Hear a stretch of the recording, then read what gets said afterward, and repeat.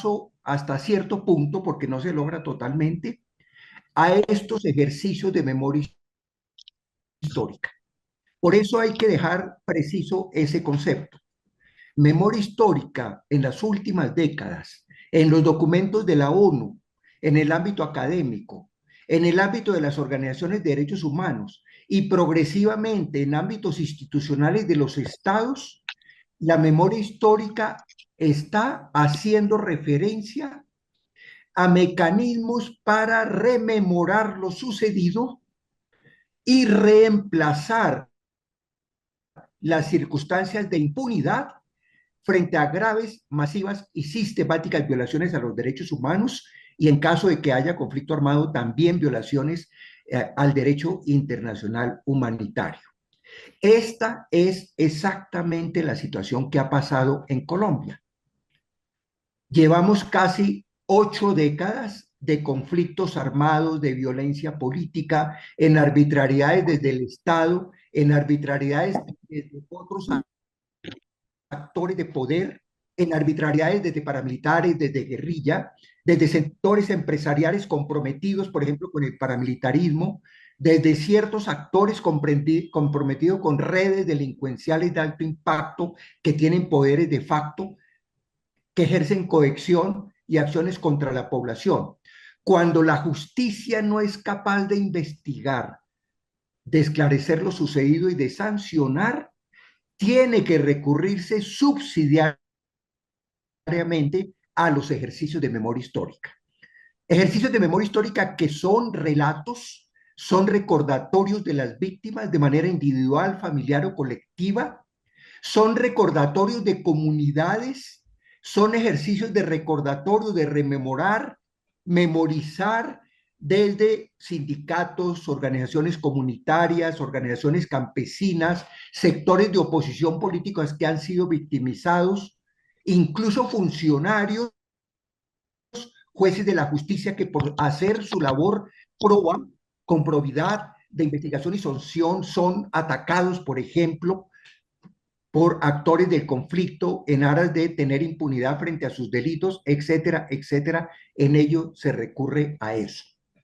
Por tanto, este primer cuadro nos está mostrando cómo cuando hay conflicto armado y ese conflicto armado ha comprometido y ha afectado las instituciones y con las instituciones ha habido impunidad y ausencia de justicia, ausencia de investigación de lo ocurrido, con el conflicto armado, con la violencia política concomitante y relacionado con él, es preciso recurrir en medio de la crisis humanitaria, como dije, masivas violaciones a los derechos humanos significa masivas víctimas, significa en Colombia hoy hacia el orden de 9 a 10 millones de víctimas. Ahí se apela a la memoria y desde la memoria se busca que esas voces de las víctimas de la sociedad, de múltiples actores, vayan despejando un panorama hacia esclarecer lo que sucedió. Y esclarecer lo que sucedió es una serie de ejercicios hacia el logro de la verdad. No estamos hablando de la verdad en un sentido genérico, estamos hablando de la verdad de la crisis humanitaria sucedida en una sociedad, a esos daños e impactos sobre la sociedad de las guerras y la violencia sociopolítica. Es esa verdad. Naciones Unidas, incluso en sus documentos sobre el tema, desde el año 1996, con un grupo de expertos, ha formulado unas preguntas claves, 6 preguntas claves para dilucidar el tema de la verdad, apelando a las memorias. ¿Qué fue lo que sucedió? ¿Qué violación? ¿Cuáles víctimas? ¿Cuáles impactos se produjeron? ¿Cuáles daños se produjeron? ¿Cuáles fueron los motivos? ¿Cuáles fueron los textos en que se produjeron? He ahí por qué, y ahí culminamos este cuadro, para llegar a la paz, una de las condiciones necesarias para que esa paz tenga fundamento es que se esclarezca lo que pasó, es que se atienda a lo que hoy se reconoce como el derecho fundamental a la paz. Y ese derecho fundamental a la paz, reitero, apela a la memoria de la sociedad. con prelación a la memoria de las víctimas de quienes han sido agredidos. Claro, la paz significa también múltiples compromisos, pero un compromiso muy importante que estamos refiriendo hoy es el apelar masivamente a la sociedad con la memorialización que tiene muchas y múltiples expresiones y que ello nos permita ir conociendo verdades para que las víctimas satisfagan sus derechos, la propia sociedad, su derecho a saber, y así construyamos uno de los varios pilares de la paz.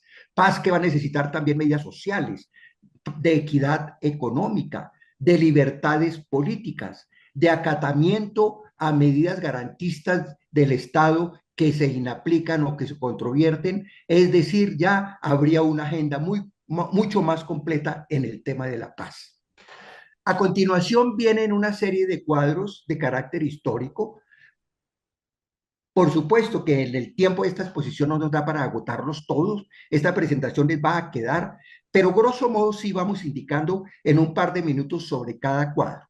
Este primer cuadro ya desde el relato histórico habla de orígenes y la evolución del conflicto, para dejar sentado que desde los años 30 y 40 empezó a cuajarse, al menos en la historia reciente del siglo XX, un fenómeno de violencia política, un fenómeno de masacres, un fenómeno que también comprometía al Estado y a gobiernos, un fenómeno de atropellos arbitrarios contra sectores de la población, desde sectores de poder, un fenómeno de confrontaciones también políticas, un fenómeno de movimientos sociales que eran reprimidos violentamente, un fenómeno también de disputas políticas, por ejemplo, liberales y conservadores que apelaban a las armas.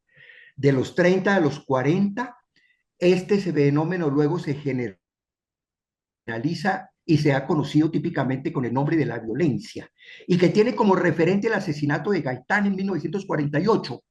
Pero óigase bien, la violencia no apareció con el asesinato de Gaitán, que por supuesto fue un magnicidio de profunda repercusión que llevó a mayores dimensiones la conflictividad y la propia violencia en el rechazo a ese magnicidio.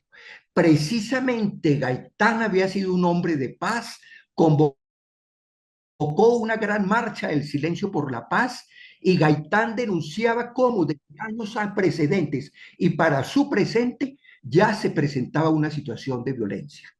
Fueron 4 gobiernos conservadores sucesivos altamente autoritarios que golpeaban en las regiones al campesinado liberal, despojaban de sus tierras, aliados con hacendados, aliados con la Iglesia Católica. Estos gobiernos conservadores son representantes muy directos del origen y la continuidad de esa violencia hasta los años 60. El siguiente cuadro nos muestra cómo se intentó, vamos al siguiente cuadro, se intentó el cierre de esta violencia que ha sido conocida históricamente como la violencia entre liberales y conservadores, pero que comprometía sectores de élite frente a sectores de la población. Por favor, el siguiente cuadro. Y vamos a tener una coyuntura de quiebre con el surgimiento del Frente Nacional, que va a derrocar la dictadura de Rojas, que es continuación de los gobiernos conservadores altamente comprometidos con la violencia de Laureano Gómez, de Ospina Pérez, y va a buscar en unos acuerdos que se firman en España entre liberales y conservadores de Siles y de Benidorm, una expectativa de retornar a la paz y conseguir la normalidad por medio del régimen del Frente Nacional entre el año 1958 y 1972, y que tuvo apoyo en un plebiscito que votado a favor. En verdad, la gente votó en ese plebiscito en aras de conseguir la paz y de que cesara la violencia. La violencia insisto, el Estado propio, los gobiernos y la dictadura militar conservadores, la violencia de la reacción liberal ante esa agresión que desató autodefensas y guerrillas en resistencia, la violencia que tenía también sellos de clase, porque había también componendas de élites de poder. El propio Frente Nacional es una componenda de élites de poder y no una paz con participación popular amplia, democrática y diversa. Y se logra cierto cierre no total, se desmovilizan muchas guerrillas liberales, se desmovilizan guerrillas comunistas en buena parte, y el Frente Nacional empieza como un intento de paz con el gobierno de Alberto Llera bajo una política de rehabilitación. Sin embargo, al siguiente gobierno se reanuda la confrontación. El segundo gobierno es de Guillermo León Valencia y se reactiva la confrontación con varias guerrillas. El Frente Nacional no consigue una paz de fondo, ni estable ni duradera, porque el Frente Nacional ante todo otorgó ventajas políticas, fue a liberales y conservadores, fue un pacto de élites, no solucionó el tema agrario, el despojo masivo campesino, la violencia política, el autoritarismo. El Frente Nacional era de absoluta exclusión política, solo se podía ser liberal y conservador, además liberal oficialista o conservador oficialista.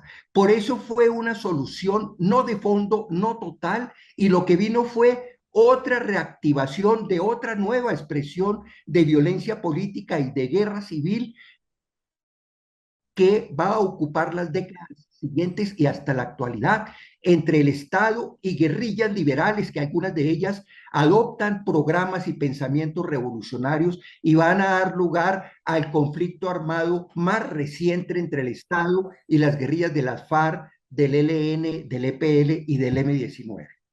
En ese orden, el cuadro que tenemos ahí al frente nos recuerda cómo las FARC fue producto de una serie de cercos militares en las regiones de Río Chiquito, Pato, Guayabero, al no atender el Estado los reclamos campesinos de reforma agraria y libertades políticas, autodefensas campesinas que resisten a la agresión militar, son acorraladas y son llevadas a crear la guerrilla de las FARC, que se extiende desde el centro, Tolima, Huila, hacia Cauca Valle y hacia Caquetá Meta, y se van a expandir como una insurgencia. El siguiente cuadro nos recuerda también que paralelamente, el siguiente cuadro, en el Magdalena Medio ha surgido otra guerrilla campesina en el sur de Bolívar y Magdalena Medio, de viejos guerrilleros liberales de las guerrillas de Rangel, de Camilo Torres y algunos sacerdotes y monjas de la teología de la liberación que optaron con el lema de estar con los oprimidos, estar con los pobres y sus causas, y al calor de la época, al calor de la Revolución Cubana, vieron ante la mezquindad de las oligarquías, ante el cierre político liberal conservador, ante la ausencia de derechos en un sentido claro e integral por el Frente Nacional, vieron la opción armada también personas de la teología de la liberación y líderes estudiantiles de la época que perseguidos se van también a la guerrilla. El ELN surge desde esa región referida y se va a expandir principalmente al nororiente del país y más adelante a otras zonas, incluso del Pacífico, de Antioquia, Santander, hasta tener vigencia en la actualidad. El siguiente cuadro nos recuerda otra guerrilla que de manera paralela también surge, todas ellas en los últimos años 60 y se van a implantar en las décadas del 70 y van a tener en prolongación en otras décadas, de tal manera que el EPL recoge la inconformidad de guerrilleros que a la vez eran anteriormente guerrilleros liberales, se habían desmovilizado, habían esperado la reforma agraria, habían apoyado al MRL, habían tenido expectativas de la herencia de reivindicación social del gaitanismo, pero al no encontrar respuestas se unen a un alzamiento con un sector de orientación comunista que conforma la nueva insurgencia del Ejército Popular de Liberación entre Córdoba y Antioquia, desplegándose al eje cafetero, Antioquia con importancia y luego en otras regiones del país, hasta el Catatumbo, Putumayo, etcétera, y se va a expandir como otra tercera insurgencia. El tercer cuadro nos muestra el surgimiento de la cuarta de las guerrillas, que en estas últimas décadas de los años 60 hasta los años 90 algunas y hasta años recientes otras, configuraron un conflicto armado interno. Es muy conocida la narrativa de cómo el fraude electoral de 1970 contra la NAPO llevó a que algunos militantes de la NAPO, algunos jóvenes que venían de la experiencia de las FARC, estudiantes, y algunos sectores inconformes con este fraude, inician una resistencia armada contra este hecho en demanda de apertura democrática y conforman a la guerrilla del M-19, inicialmente urbana, protagonista más bien de hechos propagandísticos más que de enfrentamientos con la fuerza pública, pero que tras la represión, el encarcelamiento, luego se expanden en forma de guerrilla rural por Caquetá, Tolima, Valle, Cauca y luego en algunas otras presencias del país. El siguiente cuadro va a hacer referencia a cómo en medio de esta confrontación armada interna, esta guerra irregular interna, que se va prolongando de los años 60 a los años 90 y en algunas de ellas, no en todas hasta el presente, tuvo un primer episodio de paz que es preciso rememorar durante el gobierno de Belisario Betancourt, que le cabe el mérito, a pesar de su origen conservador, de haber sido el primer gobierno que contó con una política de paz, que estableció mesas de diálogo con las guerrillas, que firmó acuerdos de tregua, que le permitió a las FARC en las mesas de negociación decir: mi argumento como FARC es que la paz se logra con reforma agraria y garantías políticas. Le permitió al EPL decir: mi argumento como EPL es que la paz se logra es con una Asamblea Nacional Constituyente que cambie el régimen político y permita reformas políticas y sociales democráticas.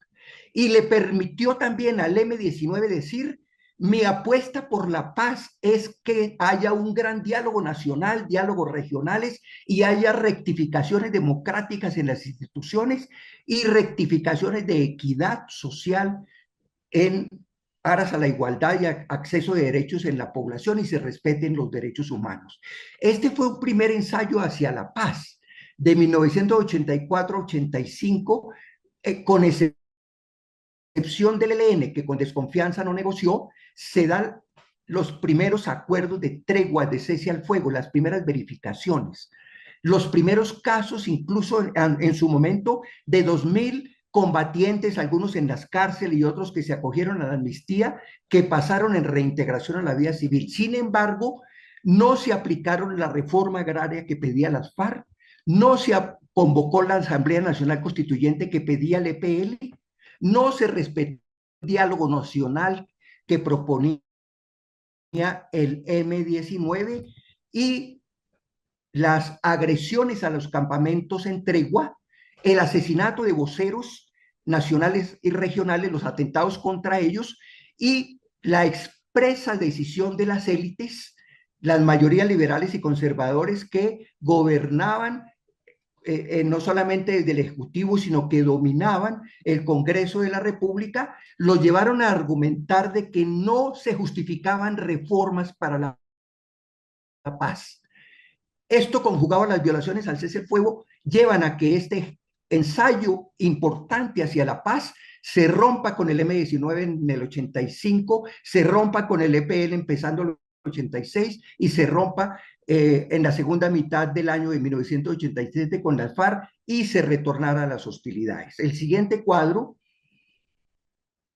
nos recuerda ahora, como referente a estos temas de verdad y memoria, es importante recordar que más allá de las dramáticas situaciones de conflicto interno, con enfrentamientos, con muertos de parte y parte, con afectaciones a la población, con dinámicas también coercitivas desde la misma fuerza pública, a extremas y masivas desde el paramilitarismo, y también con hechos que utilizan las guerrillas que resultan afectando a la población y violando también el derecho humanitario. En medio de esas dramáticas situaciones de conflicto armado, empezaron a darse pasos hacia la paz. La paz en Colombia no fue integral. La paz en Colombia no fue un proceso simultáneo con todas las insurgencias. Primero se dio la paz con el M-19 en una negociación entre 1989 y 1990. Esta paz con el gobierno Barco, no voy a entrar en los detalles de su agenda, de sus causas, de sus negociaciones, que sería todo un tema. Estamos contextualizando para aclararlo de verdad y memoria, para decir esta paz permitió primero un ejemplo de que era posible que una guerrilla, después de décadas y de confrontación total en armas con el gobierno, lograran un consenso y un pacto político. Y esos 10 puntos del acuerdo con el M demandan reformas sociales, reformas institucionales, respeto a los derechos humanos, crearon el Consejo Nacional de Normalización, permitieron en su preparación la expedición de una amnistía y permitieron el inicio de un programa de reinserción y fue el primer proceso de paz que tuvo éxito en medio de que estaba recrudecida la confrontación armada, estaba masificado el paramilitarismo con la guerra sucia contra la izquierda, los movimientos sociales, los sectores críticos, estaba comprometido el Estado con la ineficiencia para tratar el conflicto interno, el asunto de los impactos del narcotráfico, no solo como economías ilegales, sino en sus pujas y en el uso de terrorismo, presionando la no extradición de los responsables frente a la justicia norteamericana. En ese difícil y complejo panorama, el M-19 posiciona el primer proceso de paz y más adelante vamos a aclarar sus repercusiones en Memoria y Verdad. El siguiente cuadro nos muestra cómo, finalizando la negociación con el M-19 e iniciándose negociaciones con otras guerrillas, el EPL y otras pequeñas regionales, el Quintín Lame y el PRT, se convoca la Asamblea Nacional Constituyente. Recuerden que le había propuesto desde el 84 el EPL. Ahora en el 89 toda la Coordinadora Nacional Guerrillera se unificó en la quinta cumbre demandando que hubiera una Asamblea Nacional Constituyente para que se pudiera realizar un ejercicio de reformas que diera lugar a la solución política y a la paz con todas las guerrillas. Surge el movimiento estudiantil por la séptima papeleta. Allí en las universidades públicas, movimientos como la Juventud Revolucionaria de Colombia plantean la Asamblea Nacional Constituyente. Universidades privadas donde hay cierto liberalismo progresista en el movimiento estudiantil también lo lleva a compartir la idea de la constituyente. En ese sentido, con el plebiscito liderado por los estudiantes, pero de amplio respaldo popular, cuyo voto plebiscitario superó la elección del presidente Gaviria en su momento, con el aval histórico que dio la Corte Suprema de Justicia a la posibilidad de la constituyente y con la exigencia desde la mesa de negociación del EPL, del PRT y el Quintilame, que ponían como condición para la paz que se hiciera efectiva la convocatoria de una constituyente y que dejarían las armas e irían como participantes a la constituyente para que precisamente un cambio en el régimen político en sentido democrático permitiera que perdiera vigencia la lucha armada y se conformara y se expidiera una nueva constitución que fuera garantía de derechos, de libertades y de formas de superar el conflicto armado y construir una posibilidad, digamos, de una nación en medio de sus conflictos tramitados mediante garantías y derechos consagrados. El siguiente cuadro en ese sentido da cuenta de que el EPL, que recuerden que fue la guerrilla gestora de la idea de la constituyente desde el 84, la guerrilla que logró en el 89 con las demás guerrillas ya un pronunciamiento a favor de la constituyente, en tanto se convocó la Asamblea Nacional Constituyente, el EPL hace la paz, logra 4 constituyentes. El M-19 ya está en la legalidad. Desde la legalidad promueve la Alianza Democrática como convergencia que participa y el M-19 consigue 6 constituyentes. La paz del EPL significó un apoyo fundamental a que se convocara la constituyente, pero también en inversiones en planes regionales, pero también un programa de atención en las víctimas, pero también en Memoria y Verdad, una comisión que se llamó Comisión de Superación de la Violencia, con un grupo de calidad moral, ética, académica, que desarrolló un informe que se denominó Pacificar la Paz. y desarrollaron los excombatientes del EPL con los del M-19 y con los que irán firmando las guerrillas de los 90 en pactos de paz, el programa de reincorporación de la época a la vida civil.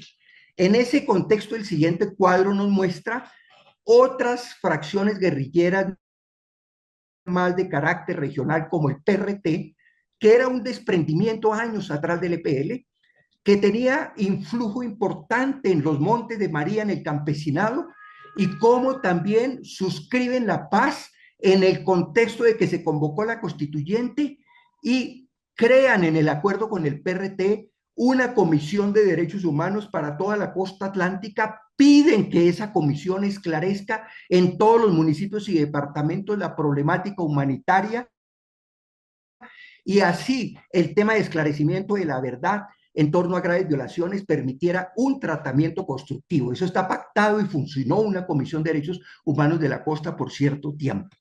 Desde luego, su acuerdo también permitió inversiones regionales en Montes de María, tener un constituyente en calidad de observador, pero en la práctica actuó prácticamente como un nuevo constituyente a nombre de este movimiento Partido Revolucionario de los Trabajadores. El siguiente cuadro nos muestra también en las mismas líneas, siguiente cuadro, cómo el movimiento armado Quintín Lame, el movimiento armado Quintín Lame, el anterior,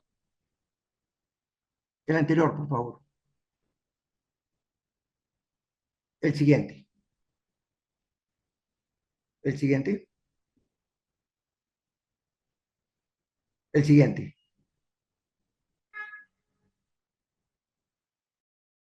Bien, exactamente. El movimiento armado Quintín Lame eran autodefensas en el sentido legítimo, defensa de comunidades frente a las agresiones. Frente a las agresiones reaccionaban los indígenas porque los agredía el Estado a través de la fuerza pública, los paramilitares y la policía, pero también se defendían a posturas arbitrarias del sexto frente de las FARC y también se defendían frente a ataques coligados con actores armados legales e ilegales por parte de hacendados. Los sectores de los cabildos indígenas, principalmente Nasa, pero también otros pueblos indígenas entre el norte del Cauca y parte del Tolima, una red de autodefensa se configura como el movimiento armado Quintín Lame, que también firma la paz en el contexto de que se convocó la constituyente. Entonces confían con el Estado, dejan las armas y dicen que la Constitución consagre la pluralidad cultural, los derechos étnicos, con ellos los derechos indígenas, la recuperación de tierras en sus palabras, las garantías al buen vivir y la defensa cultural, social de sus propias organizaciones, con lo que se crea en la Constitución como las ETIs, entidades territoriales indígenas, y, por supuesto, garantías de no agresión y garantías de apoyo para sus propios planes de vida con su propio concepto de buen vivir como pueblos indígenas. Tienen también un constituyente que participa en la Asamblea Nacional Constituyente. El siguiente cuadro nos va a mostrar cómo durante los años 90, una vez concluida la constituyente, se dieron otras paces, otros acuerdos de paz con otras fracciones guerrilleras o milicianas menores. Un sector minoritario del ELN se vino denominándose Corriente de Renovación Socialista en el año 94 y firmó la paz. Y firmó también inversiones para sectores regionales, municipios donde tenía presencia. Firmó la paz también consiguiendo que se conformara una comisión nacional de derechos humanos, decreto 1533 de 1994, que fue la primera comisión nacional de derechos humanos que empezó a intervenir en la grave crisis humanitaria del país. Empezó a promover la línea de acciones y acuerdos humanitarios. Empezó a que el Estado reconociera la situación de impunidad en la justicia, la situación de masiva violación de los derechos humanos. Lamentablemente, esa comisión no duró sino algo más de un año y no tuvo, por hechos, digamos, de inconsecuencias del Estado, una continuidad. Pero también firmaron las principales milicias de Medellín, donde había muchas de ellas, y otras pequeñas fracciones guerrilleras en distintas partes del país, de tal manera que para el cierre de los años 90 se van a tener más de 5.500 desmovilizados de estas insurgencias que participan en procesos de reintegración, que participan en la reforma que dio lugar a la nueva constitución política del país en la Asamblea Nacional Constituyente, que participan en inversiones regionales, que confluyen en nuevas alternativas políticas, M19, EPL, PRT y 13 organizaciones políticas legales configuran el movimiento que se llamó Alianza Democrática. Alianza Democrática M19, pero también de otras exguerrillas, pero también de otros movimientos, pero también de un gran acuerdo nacional en la constituyente, con sectores incluso liberales y conservadores, que permitía a estas izquierdas y a estas alianzas alternativas fraguar ese cambio progresista que acompañó la definición de la nueva constitución.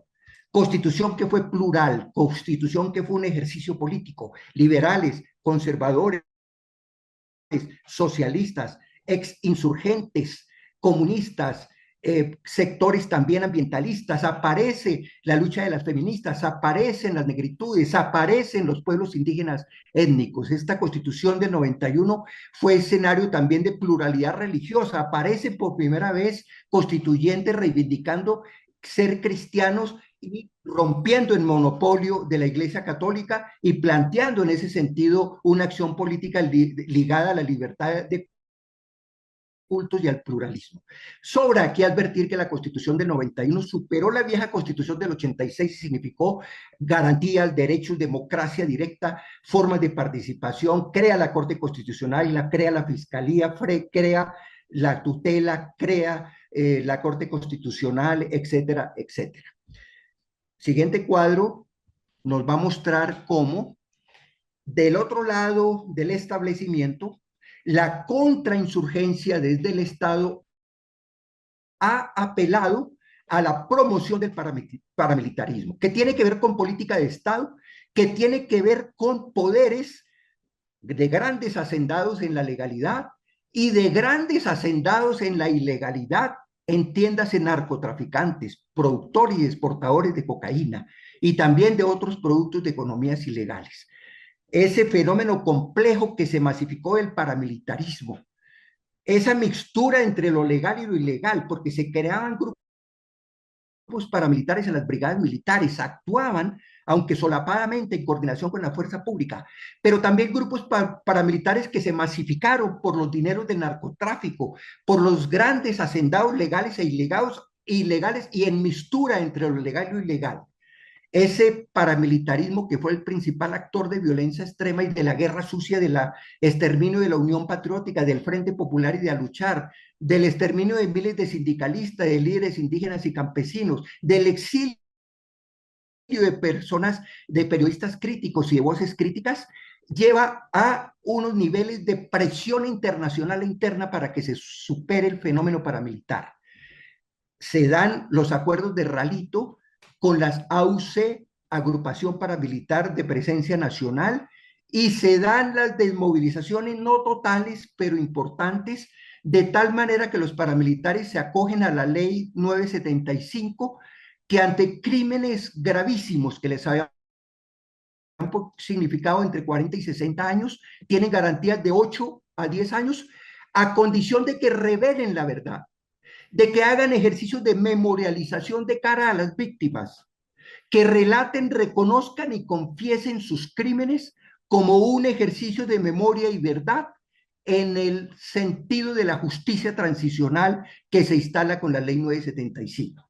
Adicionalmente, los demás paramilitares que no estaban implicados en graves crímenes ante la ley 975, pero que seguramente habían participado en muchos hechos de horror, de terror y de violencia extrema contra la población, se sometieron con la ley 1424 desde el año 2010 y se les impuso en esa ley que solo a condición de revelar verdad, apelando a sus memorias, con unas contribuciones que debía recoger el Centro Nacional de Memoria Histórica, los jueces podrían excarcelarlos y resolverles su situación jurídica, incluso la recuperación de libertad, sí, solo sí, a cambio de que revelaran verdad a través de ejercicios de toma de testimonios, que son ejercicios de memorialización que van a emprender. El Centro Nacional de Memoria Histórica, recogimos allí entre el año 2012 y 2018 más de 13.000 relatos de los paramilitares. Certificamos negativamente entre 5 y 6.000 porque no contribuyeron a la verdad, pero se certificó a la mayoría positivamente porque entregaron relatos, revelaciones, reconocimientos a la verdad que sirvieron para ir consolidando informes para que satisfacción de las víctimas y de la sociedad sobre las rutas y los crímenes del paramilitarismo, una veintena de informes que se han publicado de distintas regiones sobre el horror, el terror y las violaciones producidas por los paramilitares, es decir, en aras de aplicar justicia transicional en favor de la verdad, apelando a la memoria histórica como parte de un tratamiento en beneficio de los derechos de las víctimas y la sociedad. Estos paramilitares entraron en la reintegración con zonas grises. Parte de los paramilitares siguieron actuando, bien por las economías ilegales, bien por las redes de prácticas paramilitares que no cesaron contra líderes sociales, líderes políticos de oposición e incluso líderes de las víctimas, en especial, por ejemplo, ante los reclamos de retorno y recuperación de las tierras, donde quienes se quedaron con esas tierras por la vía violenta se han resistido a que se aplique la ley de víctimas 1448 y se restituyan las de manera debida y se planteen reparaciones y restitución de tierras por las víctimas. El siguiente cuadro ya nos va a mostrar años posteriores cómo se prolonga la confrontación con las guerrillas FARC y el ELN, que no entran en los procesos de paz de los 90, no habría tiempo ni es el tema hoy para hablar por qué no lo hicieron, por qué prolongaron su actuación. Las FARC se extiende como guerrilla, sigue confrontando frente al Estado. Las FARC también comprometida en acciones violatorias al derecho humanitario, toma de rehenes, secuestros de forma masiva, comisión de homicidios, en algunos casos masacres como las de la región de Urabá. No obstante, todas esas vicisitudes y grandes dificultades, desde luego arbitrariedades también desde el Estado, inaplicación de las demandas constitucionales en muchos casos. Por fortuna para el país, esta guerrilla de las FARC, que aunque es otra de las guerrillas, es la más histórica y la de mayor dimensión e impacto, logra negociar la paz entre el año 2012 y 2016. Primero, de manera secreta en Cuba, acuerdan la agenda, acuerdan los países garantes y acompañantes, acuerdan la metodología. Ahí aparecen en el cuadro los 6 puntos de la agenda. Saben ustedes que finalmente se consigue este acuerdo. A pesar de perderse el plebiscito, se modulan algunas medidas por los reclamos de los opositores a este acuerdo de paz con el voto del no, pero en todo caso se legitima con el apoyo de la Corte Constitucional, del Congreso de la República y de todo un ejercicio también de validación desde el gobierno nacional, apelando a aplicar en su contexto todas las medidas. Entra el tema también de enfoque de género demandado por las redes de mujeres LGTBI, el tema del enfoque con un capítulo étnico adicional por las demandas indígenas y afro. Ahí tenemos el acuerdo con las FARC que saben ustedes, vuelve a poner sobre el tapete la reforma agraria con la política de desarrollo agrario y la entrega obligada por el Estado de al menos 3.000 hectáreas de tierra. El tema de participación política, el acuerdo de las FARC nos permitió contar con el estatuto de oposición que llevaba un fracaso de casi 30 años, permitió que las FARC dejaran el conflicto armado,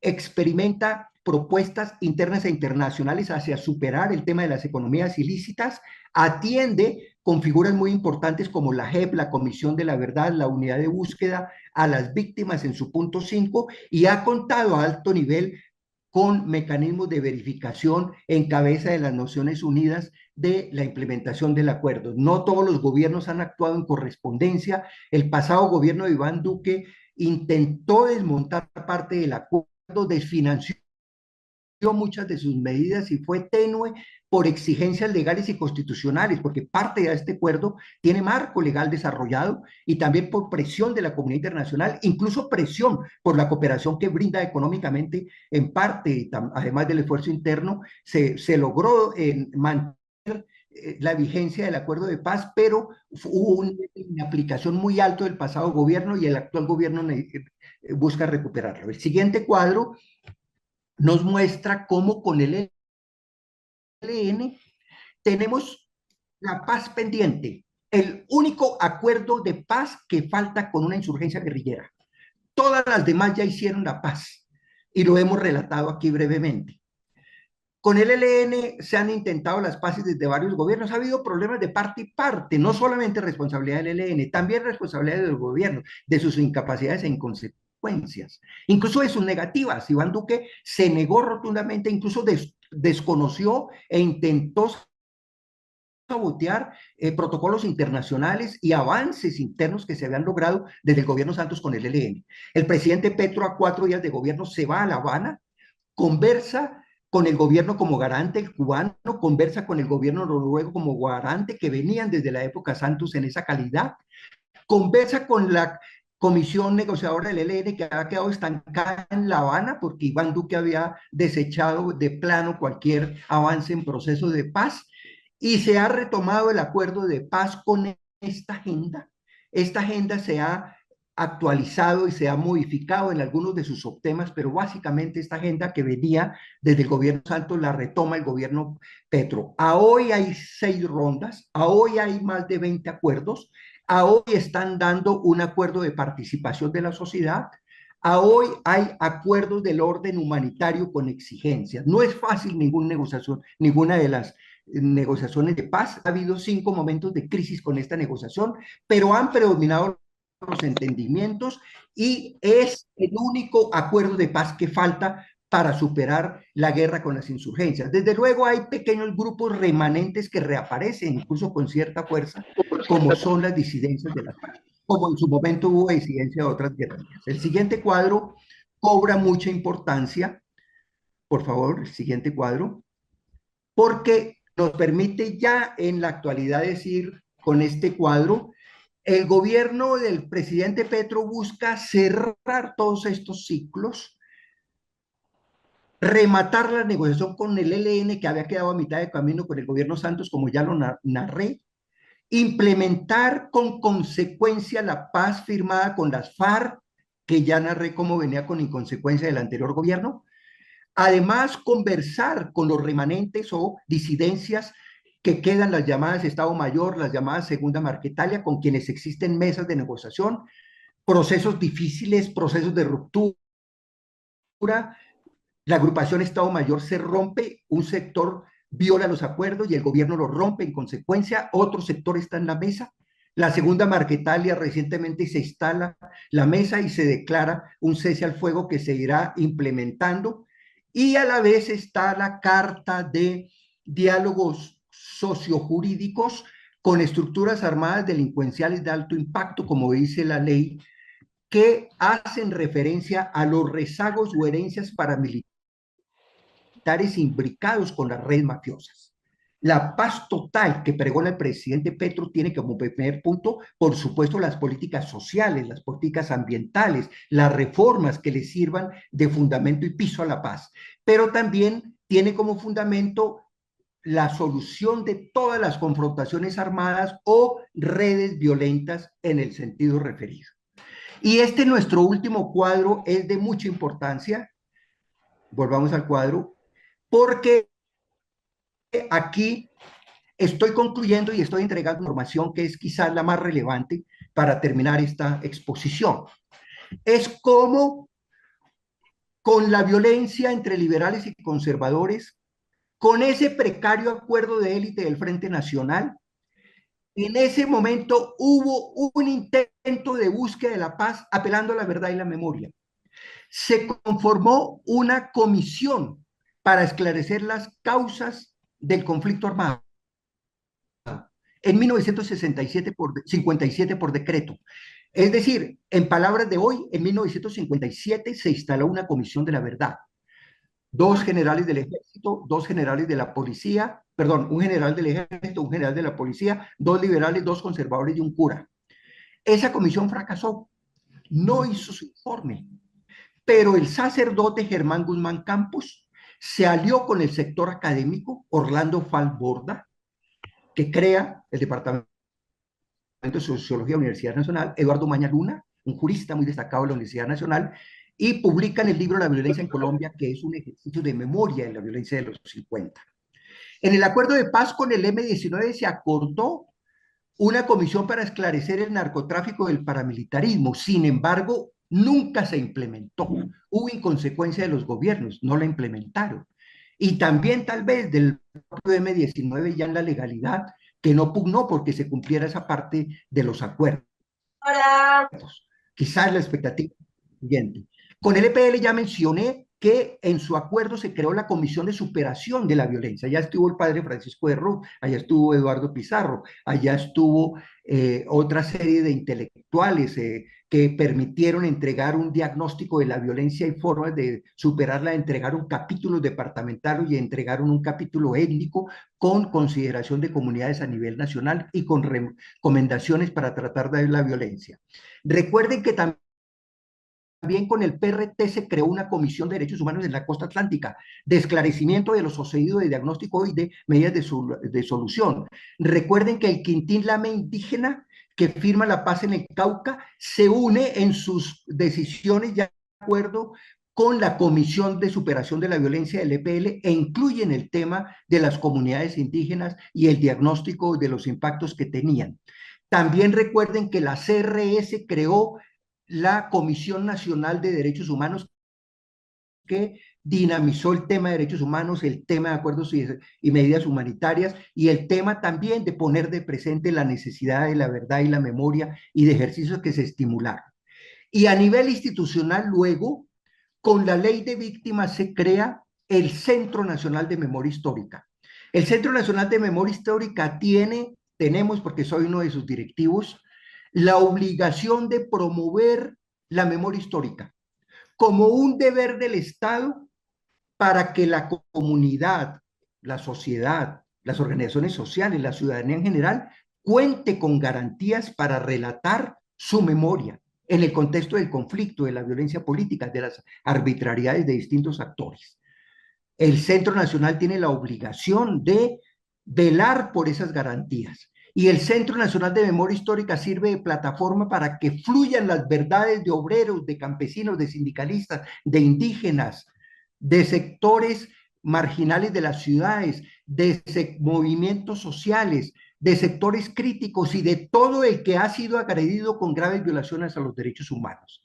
El Centro Nacional de Memoria Histórica ha publicado cerca de 200 informes, uno con tamaño de informe académico amplio, otros con tamaños de historias más locales o de casos más específicos, y publicó el libro Basta Ya en 2013, que hace una sistematización del conflicto armado en los últimos 50 años, diagnósticos, resistencias de las víctimas, impunidad en justicia, y entrega una serie de recomendaciones. A eso se suma, finalmente, en el acuerdo de paz con las FARC, punto quinto, ya dijimos, se creó la Comisión de la Verdad. La Comisión de la Verdad hace un ejercicio extraordinario, entrevista más de 15.000 voces, promueve muchas dinámicas para que lleguen más de 2.000 informes desde la sociedad y procesa toda una información desde la memoria, desde los informes con distintos formatos de todo tipo de sector agredido y mediante metodologías ya investigativas publica un amplio informe de 11 tomos y publica una declaración y entrega una serie de recomendaciones en lo que llama la Comisión de la Verdad. Colombia debe conseguir una paz grande y debe implementar un paquete de recomendaciones. Por eso noten ustedes que, además de la Comisión de la Verdad, la JEP está recuperando la verdad a partir de testimonios que son memoria, pero lo que hace la JEP es justicia, es verdad en la justicia. Lo que hace la Comisión de la Verdad es memoria y verdad desde mecanismo no judicial. Y lo que la unidad de búsqueda de personas desaparecidas es también contribuir a la verdad y la memoria a la vez de su mandato ingente por recuperar el destino de las personas desaparecidas, esclarecer, el buscar el hallazgo de ellas o de sus restos mortales, en muchos casos en que fueron objeto de arbitrariedades, torturas y muertes.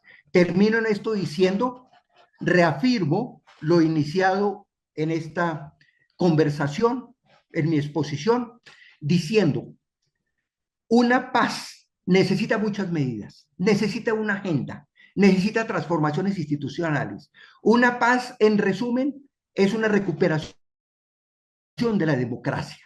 Una paz debe garantizar libertades políticas, democracia directa, formas de participación en lo político e institucional. Una paz necesita también superar la pobreza, medidas de equidad. Una paz necesita también justicia ambiental. Una paz necesita no discriminación.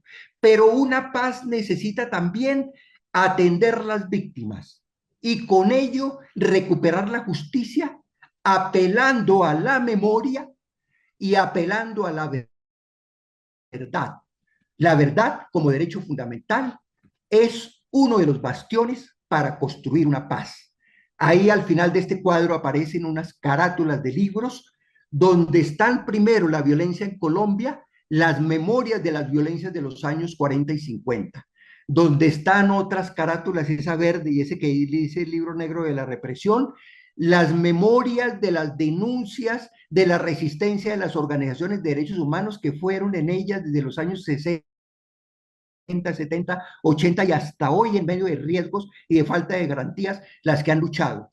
Las memorias a las que se ha apelado también con apoyo de la academia, como ese libro Colombia, Violencia y Democracia, de un grupo de expertos de la Universidad Nacional liderados por el profesor Gonzalo Sánchez.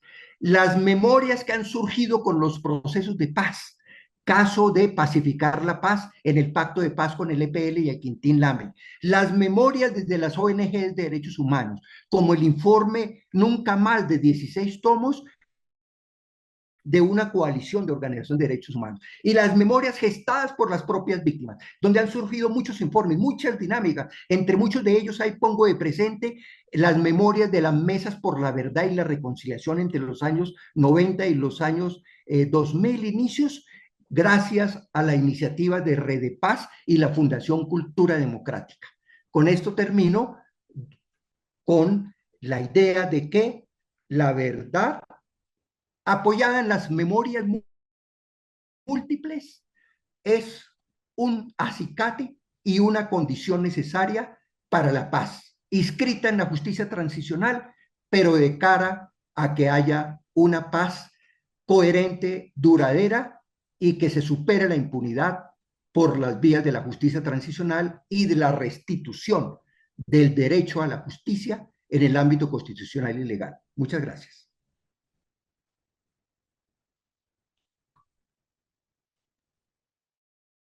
Muchísimas gracias, profesor Álvaro. Muy claro para mi gusto. Y vamos a abrir un espacio para preguntas.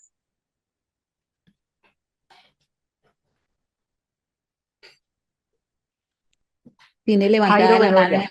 mano. Jairo. Jairo Bedoya.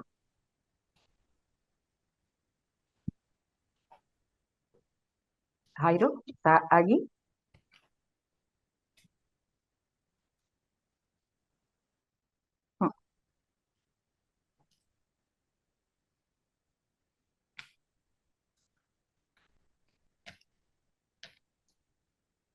Jairo. Siguiente, Edilberto. Muchas Edilberto, gracias, adelante. Angélica. Gracias, Angélica, Evelyn, y a mi compartidario Álvaro, viejo luchador, académico, los últimos años. Agradecerle por este breve recorrido histórico por la violencia política del país. Usted y yo sabemos que la violencia en Colombia no parte de los militares. la violencia en Colombia pasa por los partidos políticos y son quienes han creado y han constituido la guerra contra el pueblo colombiano. Y así lo demuestran sus diapositivas que nos hablan de la ley 200 de los años 30 y pico. Ahí arranca todo un régimen, de aplicación de un régimen político violento contra el pueblo. Y todos los procesos de paz han pasado única y exclusivamente por el desarme de las guerrillas, que no son en última ni las guerrillas, ni los militares, ni las bandas delincuenciales son quienes generan la guerra. Son consecuencias de la guerra a partir de la aplicación de un régimen violento político contra el pueblo. Y hoy el proceso de paz, Petro, que está llamado a solucionar esos vacíos políticos que han tenido los demás procesos, porque no ha habido la inclusión de los partidos a rectificar su comportamiento. Hoy tenemos los distintos procesos que se han dado de paz, incluyendo el último FARC, proceso Santos, que nos entrega la razón, porque el Centro Democrático, como partido de gobierno Duque, no se compromete con la paz, se compromete con la violencia y no cumple los acuerdos.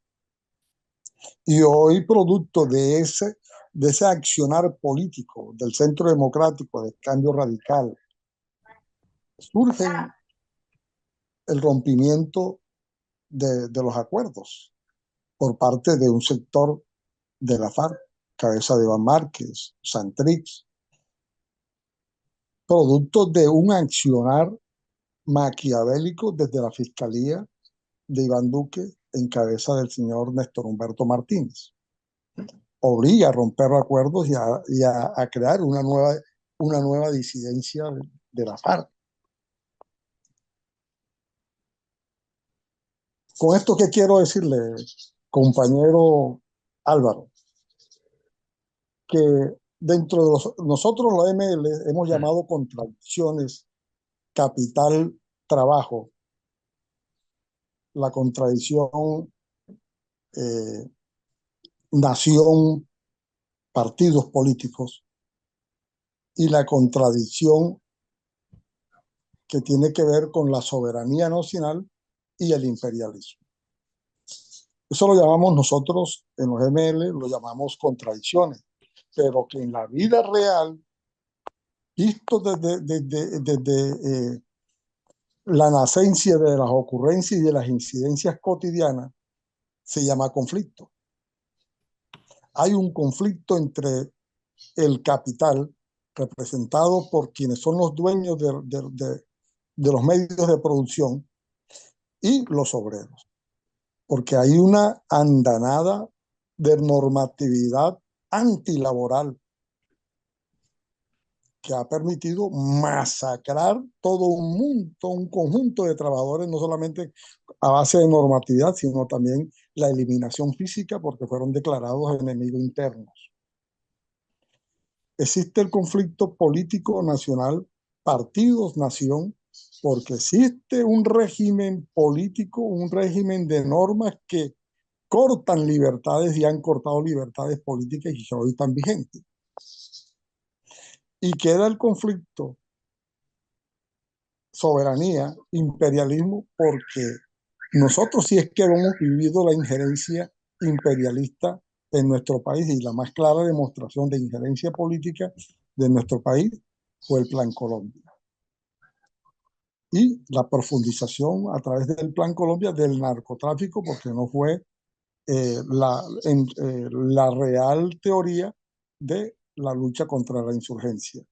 Fue un plan meramente para poder dar, dar avance al narcotráfico y a través de esa forma de combatir el narcotráfico que se hizo a través de los químicos, también se abre una guerra ambiental en contra del pueblo colombiano y de sectores campesinos. Con esto que quiero decirle, compañero Álvaro, y a todos los compañeros, que este proceso de paz total, si el presidente y la comisión de paz de este gobierno que adelanta los procesos con el ELN, con la FARC, con disidencias de Marquetalia,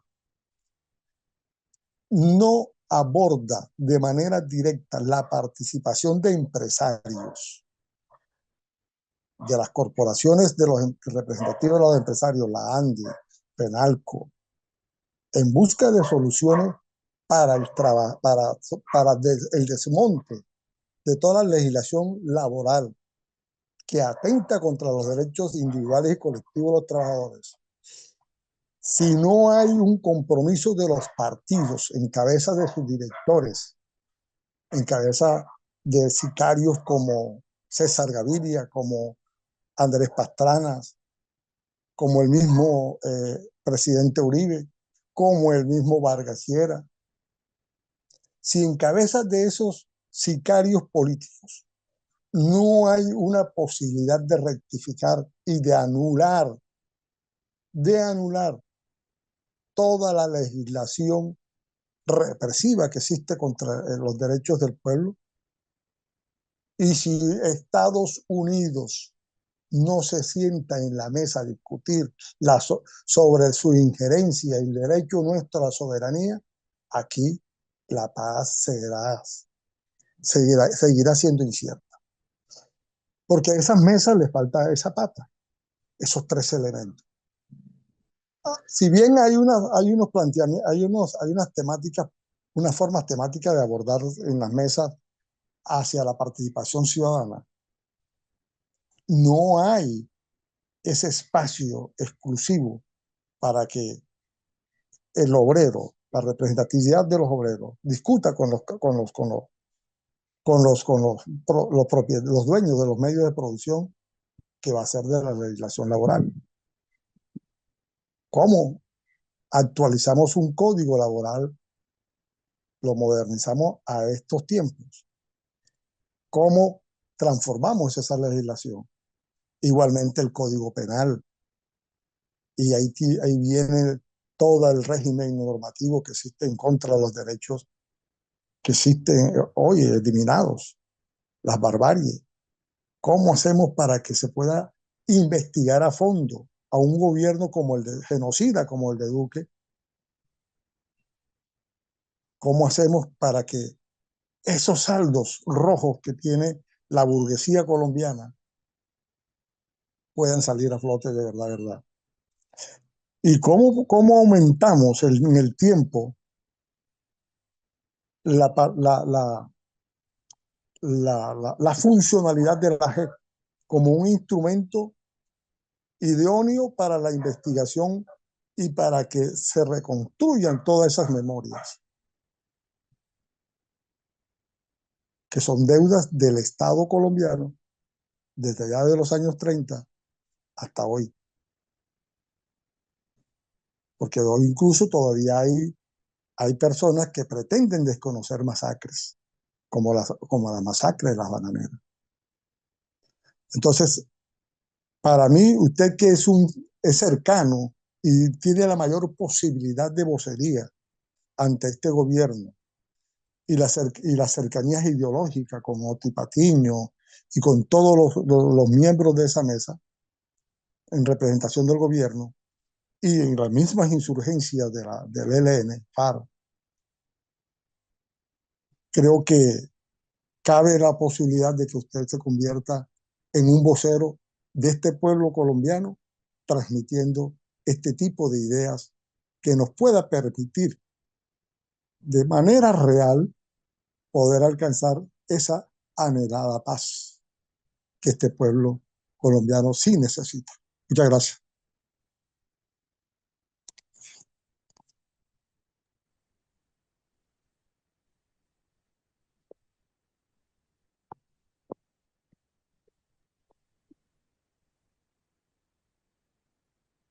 No sé si me escucharon en pleno la intervención. Creo que quedé Perfectamente, como- compañero Edilberto.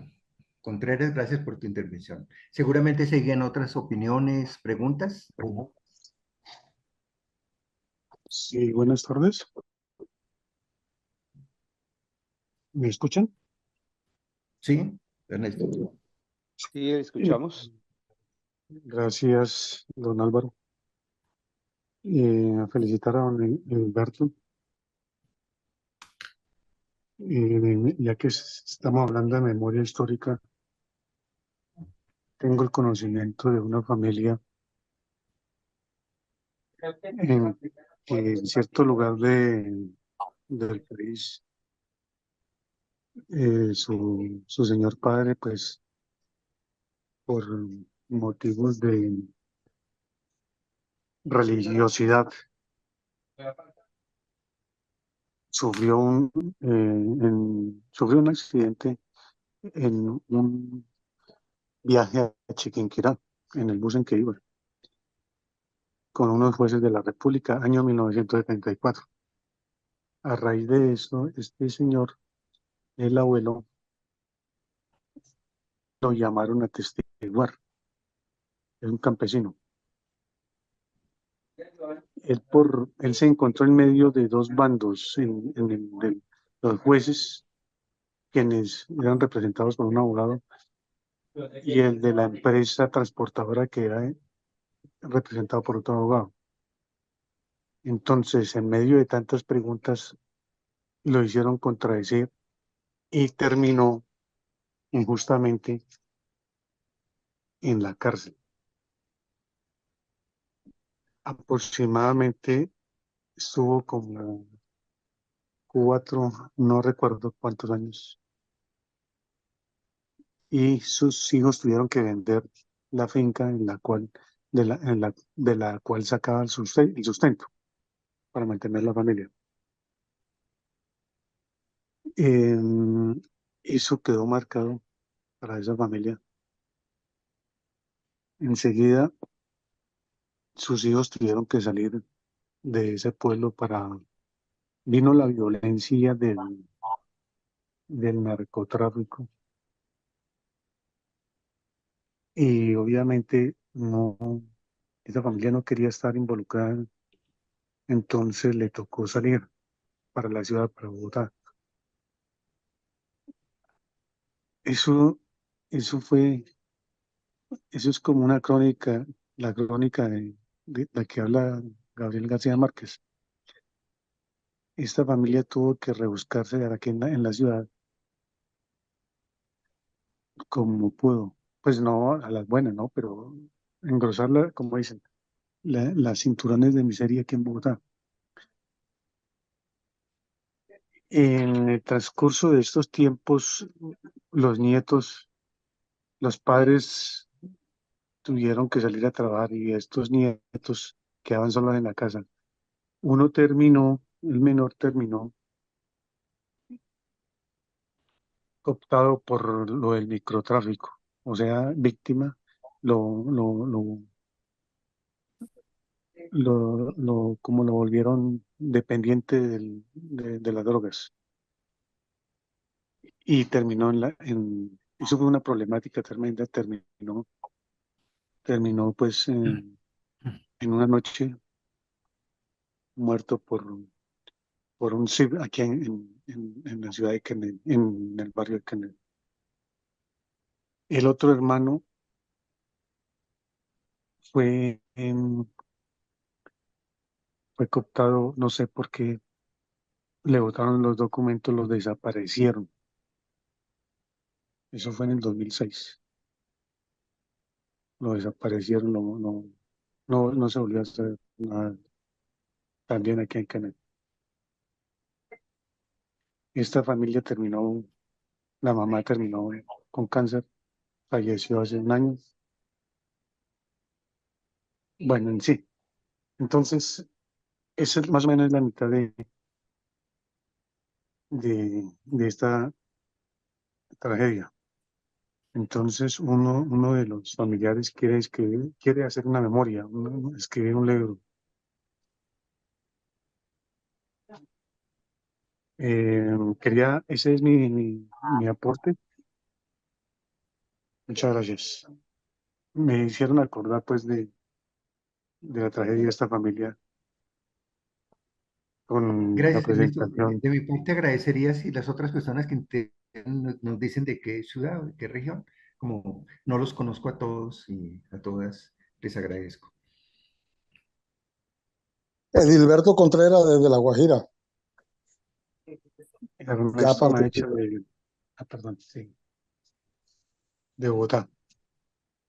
ya participé pues estaré desde mañana en la ciudad de Bogotá en diligencias de tipo personal que tienen que ver con violencia laboral. Yo soy víctima eh, de las decisiones de gobierno de los años 98, Pastrana, con el cierre de y liquidación de la Caja Agraria. Y estamos en ese todavía, 20 y pico de años, todavía estamos buscando la forma de que el Estado resarza los derechos de alrededor de 7.000 trabajadores, que ya de los 7.000 que en aquel momento cerraron, éramos parte de la Caja Agraria, pues muchos han muerto. Hoy la cifra es mucho menor, pero quedan familiares. Estamos en esa tarea, vamos a visitar al colectivo de abogados José Alvear, vamos a estar por la JET, por la Central Unitaria de Trabajadores, y en lo posible, pues si nos lo facilitan por aquí, estaremos en una entrevista con el excomisionado de paz, Danilo Ruedas. Y si el tiempo me lo permite, Álvaro, buscaré la forma de poderlo ver y dialogar y recordar viejos tiempos. Con gusto, Gilberto, muchas gracias.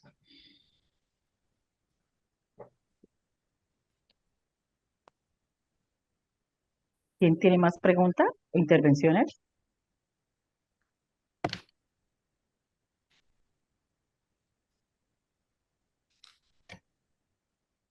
Si me Profe, permite, yo quería... Ajá. ¿Quién está allí? Evelyn, ¿quién está? Leonardo, Leonardo Leonardo. Angélica, de Cali, sí señora. Ujú. Leonardo. Bueno, gracias. Sí señora, gracias, muy buenas tardes. Bueno, pues muchas gracias por la información, analizando y escuchando el contexto histórico, pues complejo de entender lo que han vivido muchas personas y que de ello aún pues hayan consecuencias y así sucesivamente. Mi pregunta entonces va hacia si los mecanismos que se están haciendo actualmente garantizarían que realmente podamos ya concretar acuerdos que nos permitan hablar de una manera más directa y que los resultados sean más visibles en cuanto a un proceso de paz. Muchas gracias, soy Leonardo Alzate desde Cali, muy amable.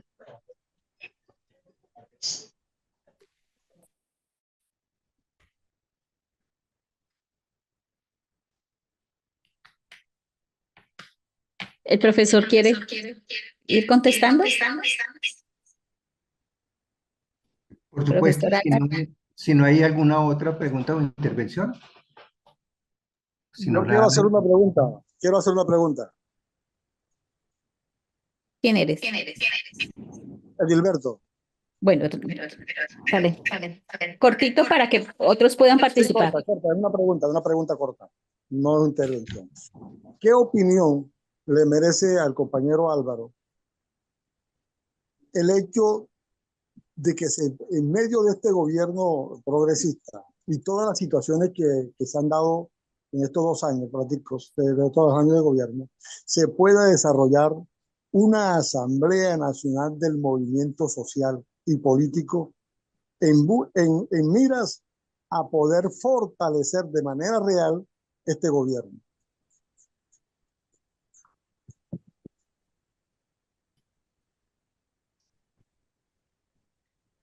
Profesor, ¿quiere ir contestando? Por favor. sí, muchas gracias por las distintas preguntas e intervenciones. Por supuesto, me ceñiré a ellas, a las intervenciones y preguntas, para de manera concreta y breve hacerlo. Como corresponde, ¿no? En razón de ello, en primer lugar, poner de presente con la intervención de Gilberto, que pone el dedo en la llaga en cómo ha existido una prolongada violencia donde hay responsabilidad de los partidos políticos, de sectores de élites. De eso también comenté en la exposición y él lo refiere.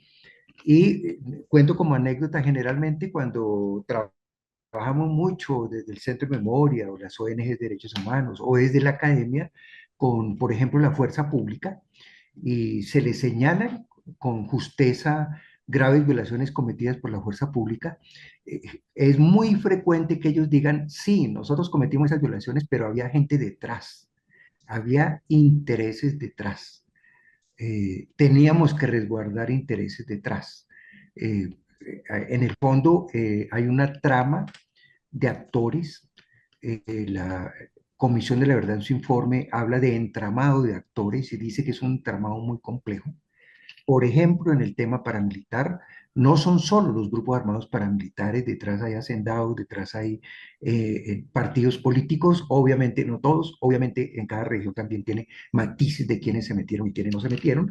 También hay multinacionales comprometidas con intereses de conseguir territorios, conseguir explotaciones mineras, conseguir explotaciones de agricultura, y existen en ese sentido, yo, digamos, reafirmo lo que dice Gilberto, la violencia no es solamente de quienes la ejercen de manera directa como grupos armados, sino la violencia es, digamos, una cadena de responsabilidades, de alianzas y de entramados, insisto, como dice la Comisión de la Verdad, que viene desde los años 40, 50 hasta la actualidad, por supuesto con sus quiebres, con sus procesos de paz que progresivamente han creado algunos alivios, algunas superaciones, a lo que hice referencia en la exposición. Y quizás de lo de Hilberto también agrego rápidamente que sí, hay sectores que han estado por la paz y hay sectores que no han estado por la paz.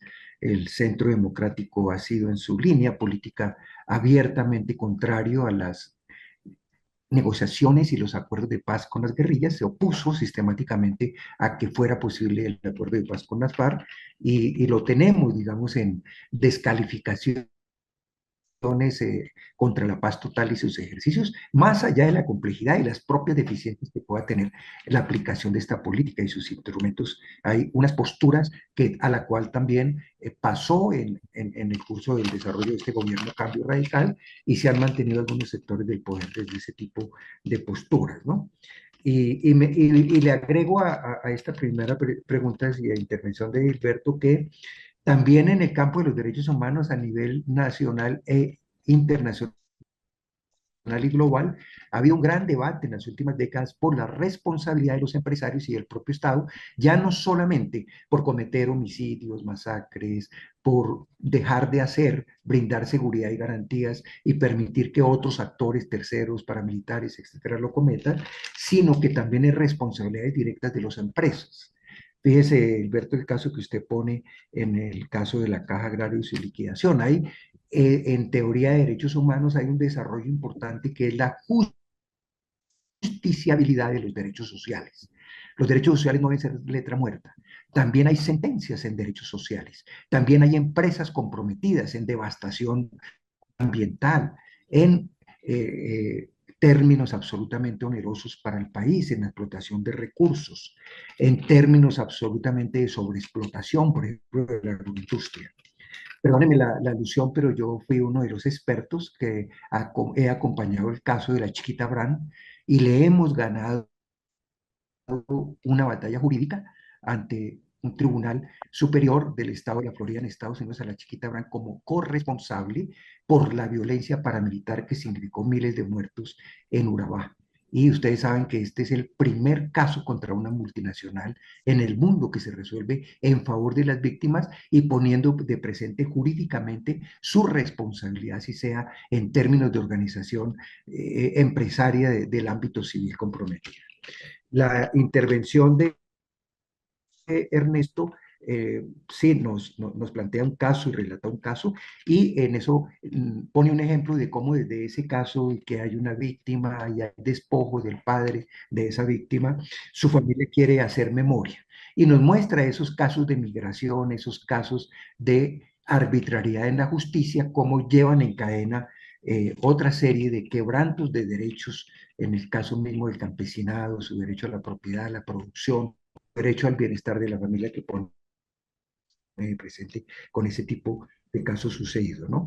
Y hay una pregunta que hace Leonardo de qué mecanismos garantizan los acuerdos de paz.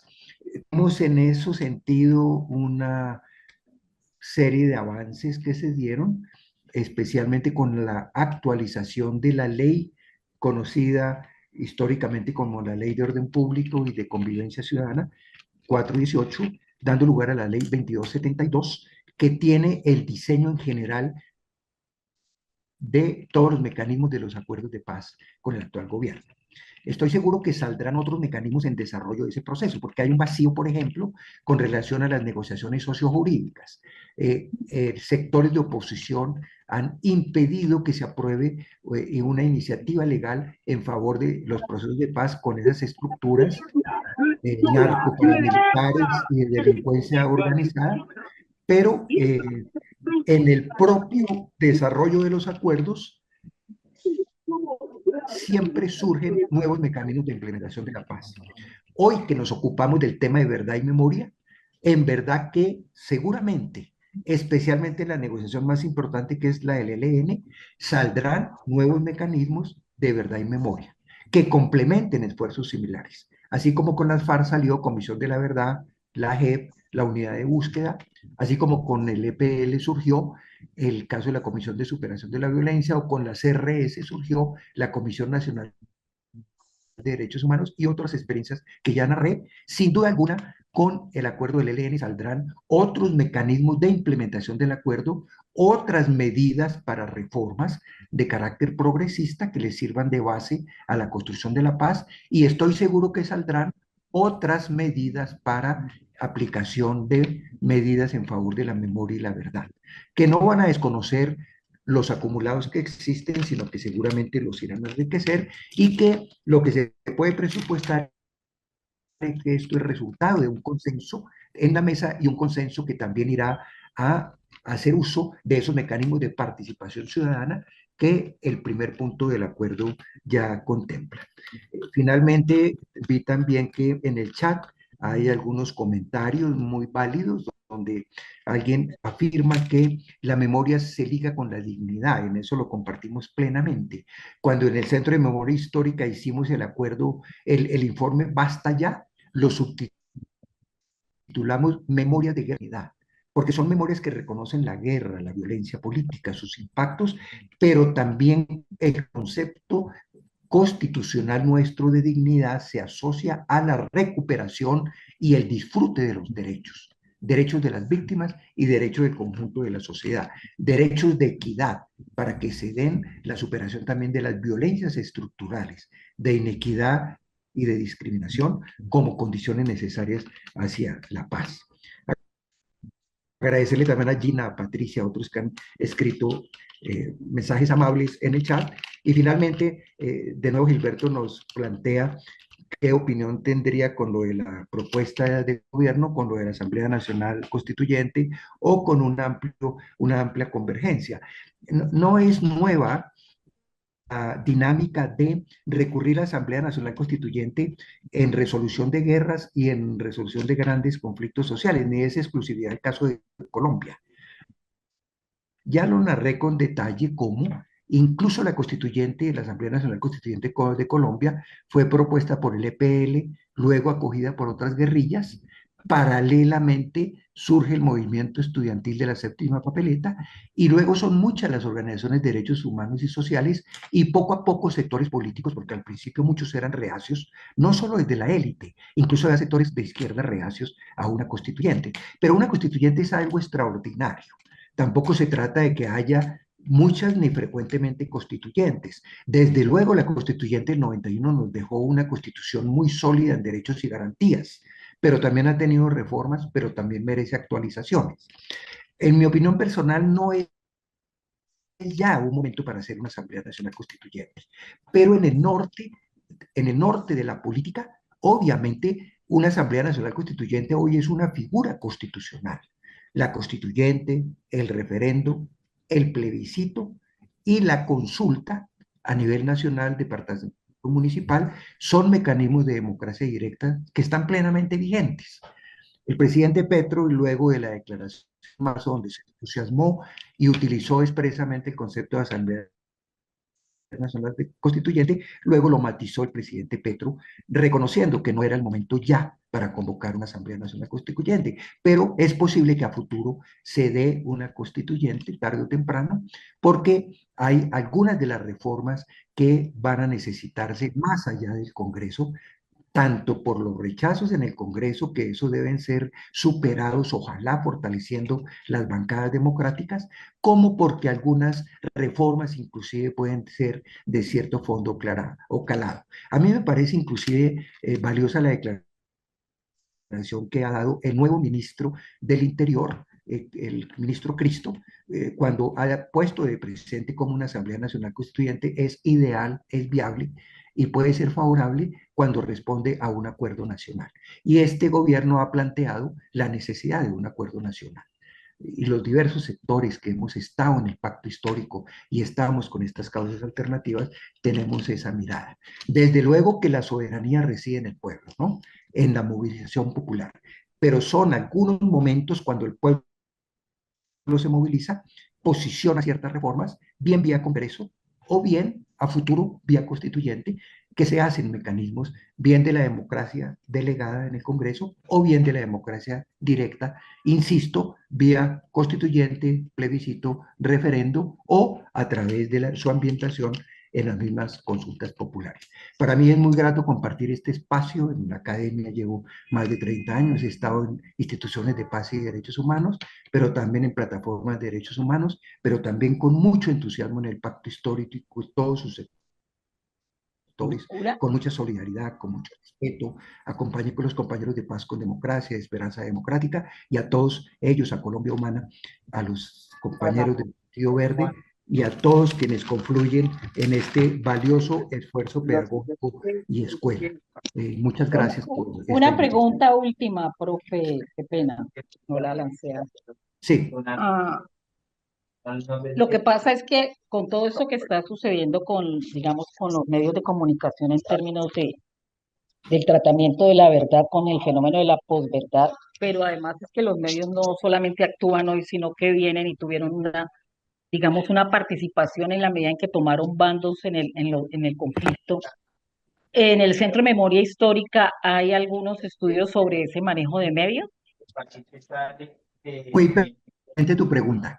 Y por supuesto no voy a hablar aquí, que podría hablar muchísimas cosas del Centro de Claro. Memoria, ¿no? No abusaría del tiempo.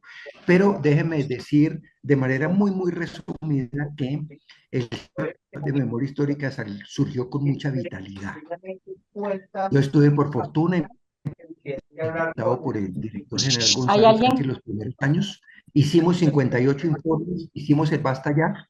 Luego hubo una época de crisis en el centro, cuando el director fue Darío Acevedo, desde el uribismo, y en el gobierno, que el gobierno, el centro de memoria se fue a pique. En esos años no hizo ningún informe, en esos años no hizo de memoria con los territorios, en esos años se paró.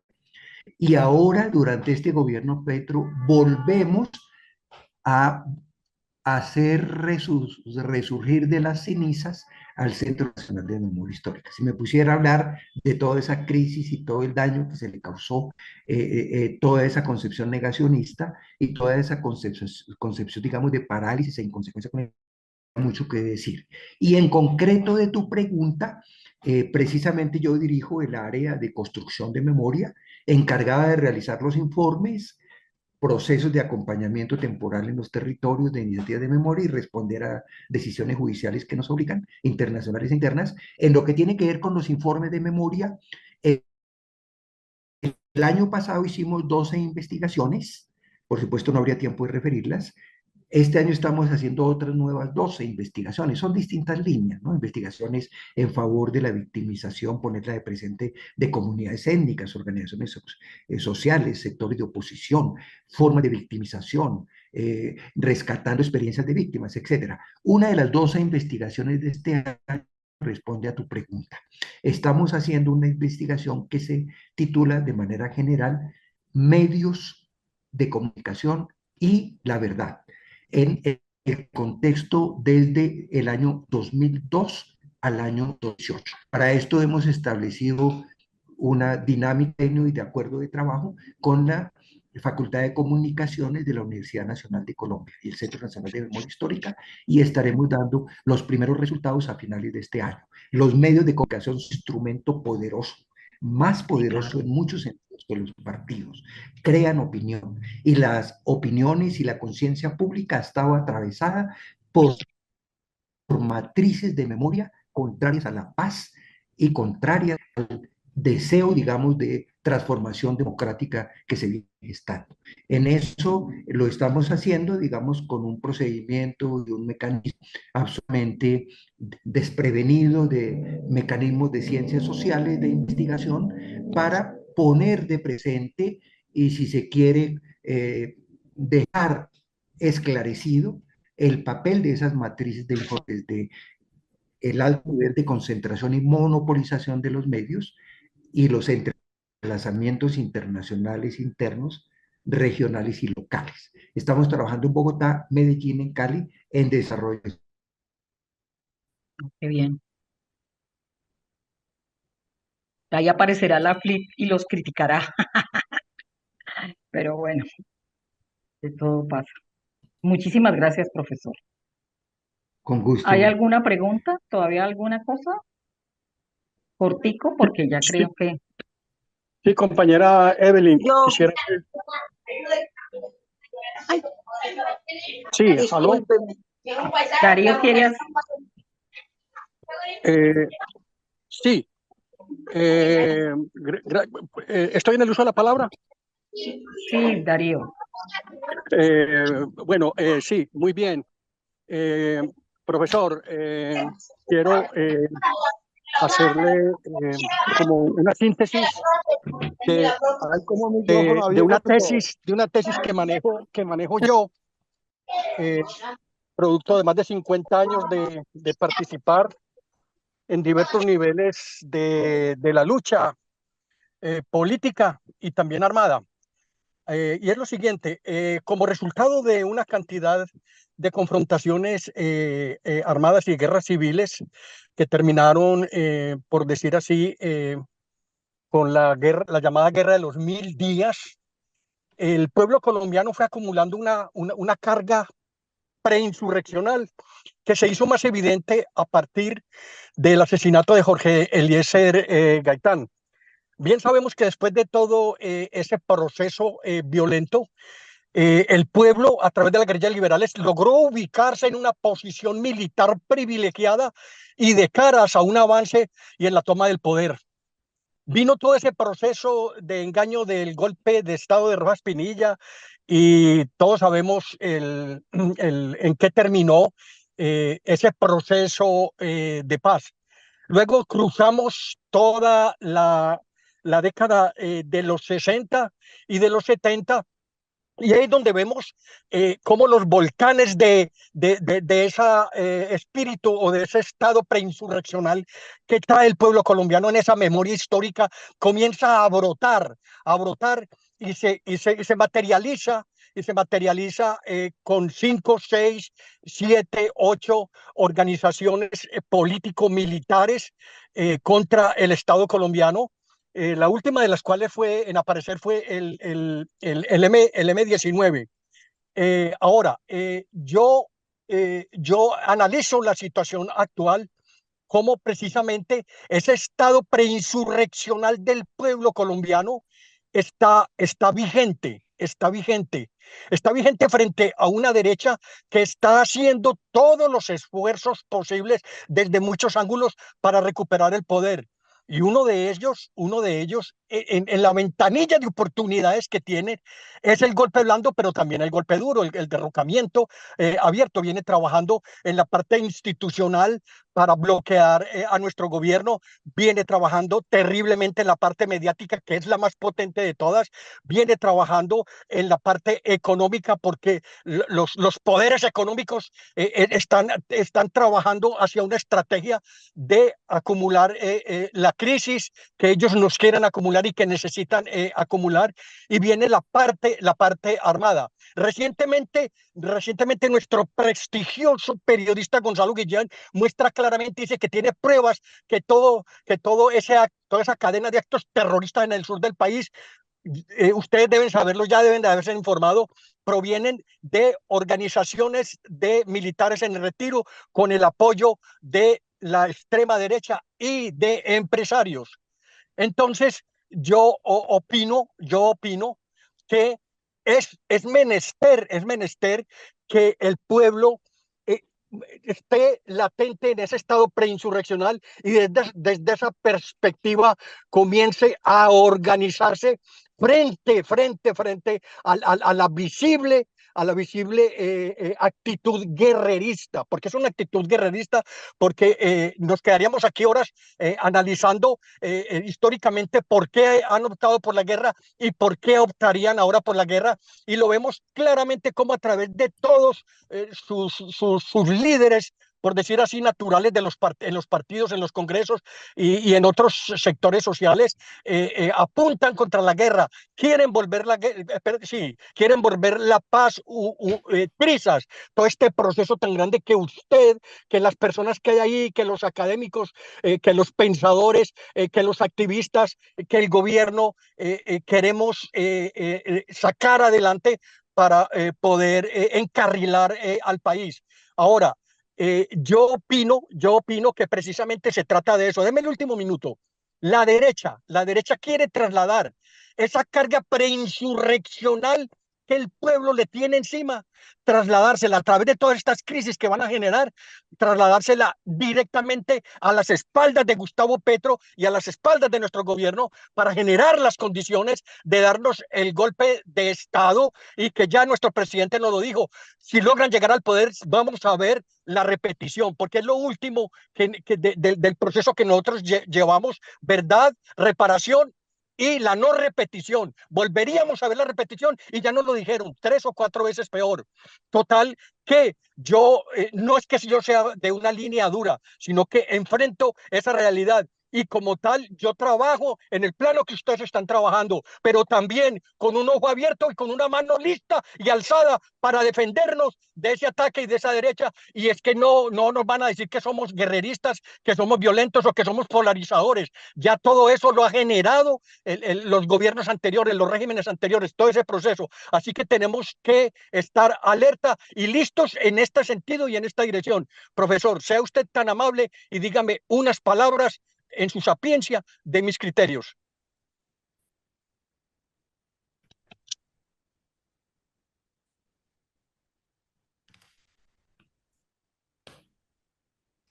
Ah, no.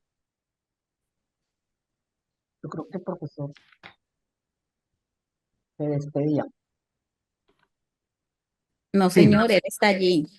sí, Así está. totalmente pendiente y Ajá, por bueno. supuesto ya será de última intervención y con mucha agilidad para no abusar, digamos, del espacio en el tiempo.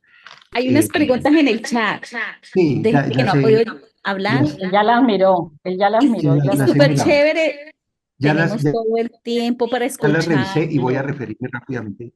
Ya me he referido me voy a referir a esas preguntas también en el chat, por supuesto, con mucho gusto. En ese sentido, quiero plantear que, bueno, Darío Zapata nos entrega como toda una tesis, como él lo denomina, habla de una situación preinsurreccional y habla de esas tendencias vistas muy válidas que están en el país. Esta es una conversación que, si vamos a un diagnóstico, sería muy amplia, etcétera, pero yo quiero digamos, compaginar con Darío, aproximarnos o estar de acuerdo en reconocer que sin duda alguna es de carácter histórico, la elección de nuestro gobierno con Gustavo Petro y Francia Márquez es resultado de una creciente movilización social, movimientos agrarios, paros agrarios, movimientos como las protestas del llamado estallido social de jóvenes y pobladores de sectores barriales, movimientos sindicales, el paro de FECODE, la lucha en defensa de la educación pública, movimientos contra las medidas de deterioro económico y social de neoliberalismo, el cuestionamiento a todo esto, son una serie de factores y son una serie de movilizaciones que dan lugar al triunfo del gobierno de Gustavo Petro. Por supuesto, como apuesta y proyecto político, donde convergen las banderas de reivindicación social, de defensa y justicia ambiental, lucha contra el cambio climático, de reivindicación también frente a las discriminaciones con los pueblos étnicos, con el feminismo, etcétera. Creo que hemos tenido la fortuna de hacer una gran convergencia y hay que volverla a hacer para 2026. Colombia es un punto de expectativa en la región y globalmente con este gobierno actual alternativo. Nosotros somos parte del resurgir de una nueva ola de gobiernos progresistas, una segunda ola, junto con Brasil, junto con Honduras, junto con Chile, junto con México, que se mantiene con la reciente reelección. En finales de los 80, inicios de los 2000, hubo una ola de gobiernos progresistas que confrontaron en ciertos grados el modelo neoliberal, la inequidad y buscaron elementos de soberanía. Ahora estamos a los ojos de la región y del mundo y nuestro presidente y nuestro gobierno y nuestra movilización y nuestros proyectos de reforma en el Congreso son parte, digamos, de ese proceso que se gesta, sería lo que yo agregaría en eso. Evelyn nos hace unas preguntas por el chat. El trabajo del Centro Nacional de Memoria Histórica como institución estatal y pública son de acceso gratuito, pueden bajarse por nuestra página web. También hacemos distribución gratuita de documentos publicados, de informes, de cartillas. Tenemos y estamos trabajando por tener presencia en varias regiones y por asistir y conectarnos con frecuencia para estar dando niveles de participación en ejercicios de memoria, incluyendo propuestas que nos llegan en los informes, etc. De manera que se puede consultar en la página web. De mi parte, que estoy al frente, como ya dije, de un área que es la que mayor número de compromisos y de personas está de cara a estos ejercicios de memoria, estaré con gusto muy presto a esto. Otra pregunta de Evelyn tiene que ver con el pensum académico y la memoria. Precisamente hemos logrado tres cosas ahora.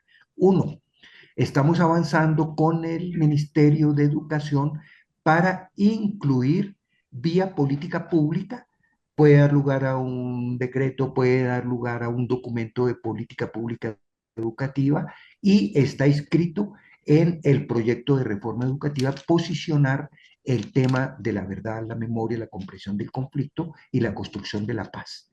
La segunda iniciativa es que tenemos un compromiso con el Ministerio de Educación y tenemos ya un avance en la capacitación inicial como un primer plan piloto de 3.500 educadores de bachillerato en los temas de verdad y memoria, para que este plan piloto luego se extienda a nivel nacional con el concurso del Ministerio de Educación, de las Secretarías de Educación departamentales y municipales, y nosotros seamos, digamos, como un referente entregando insumos, experiencias, experticias pedagógicas, documentación para el caso. Y un tercer elemento es que como centro estamos diseñando y ya estamos haciendo algunas pruebas pilotos y algunos ejercicios con lo que llamamos las escuelas de la memoria y la verdad. Para hacer esto también en el ámbito social, en los ámbitos territoriales, que de hecho ya tenemos algunas experiencias acumuladas, pero masificarlas con un diseño que se pueda, digamos, replicar y popularizar.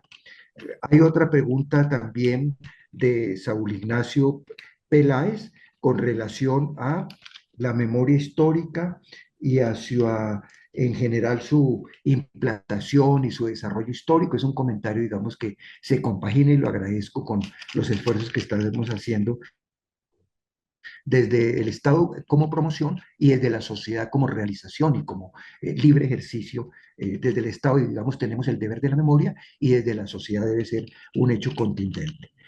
Clara Puentes nos habla de las medidas que deben ser garantía de la verdad. Corrijo, los medios no son garantía de la verdad, nos dice Clara Puentes, en lo cual estamos de acuerdo. Los grandes medios, claro, hay muchos medios, hay medios alternativos, hay medios, obviamente, si uno habla de Noticias 1, Noticias 1 tiene una potencia en atreverse a decir muchas cosas. Hay RTBC viene haciendo un ejercicio muy valioso en noticias y en formato y en divulgación de cosas, pero sobre todo hay monopolios privados, ya se hacía referencia antes, a cómo no apelan a la verdad, al contrario, se ven comprometidos con mucha frecuencia en verdaderas campañas de desprestigio, inclusive contrariando la mínima lógica, la ponderación de fuentes, de basarse en los hechos, no de manera sesgada, sino poniéndole a quien escucha o a quien lee o a quien tiene al frente un audiovisual en los formatos que se transmite la comunicación, unos mensajes que no responden a una contribución a la verdad y al esclarecimiento. Por eso es válido lo que dice Clara Puentes de una ley. Debería existir esa ley. Hasta ahora no se ha puesto de presente un proyecto en esa materia. Refiero, por ejemplo, al caso de Argentina, con gobiernos alternativos. Hace más de una década aprobó una ley de medios importantísima, con límites y exigencias a los medios de comunicación, buscando niveles de compromisos para evitar esos desbordes, digamos, de no verdad, de manipulación mediática y de todos los formatos, y también para abrirle espacio a los medios institucionales, a los medios estatales, y para abrirle espacio a los medios comunitarios y a las empresas, digamos, más allá del monopolio que se ha impuesto en los distintos formatos de televisión, prensa, radio, que se tienden incluso a privatizar más que una alternativa periodística al servicio del monopolio que los ha comprado, que ha sido la lógica de las últimas décadas. La experiencia de Argentina y la lucha de ellos, los debates en España en esta materia y la propia problemática que estamos viviendo en nuestro ámbito nos llama a destacar esta valiosa pregunta y propuesta de Clara Puentes para que avancemos en una ley de medios. Muchas gracias de nuevo por la invitación y les deseo el mayor éxito en el diplomado y aliento y agradezco el hacer parte de este proceso formativo con ustedes.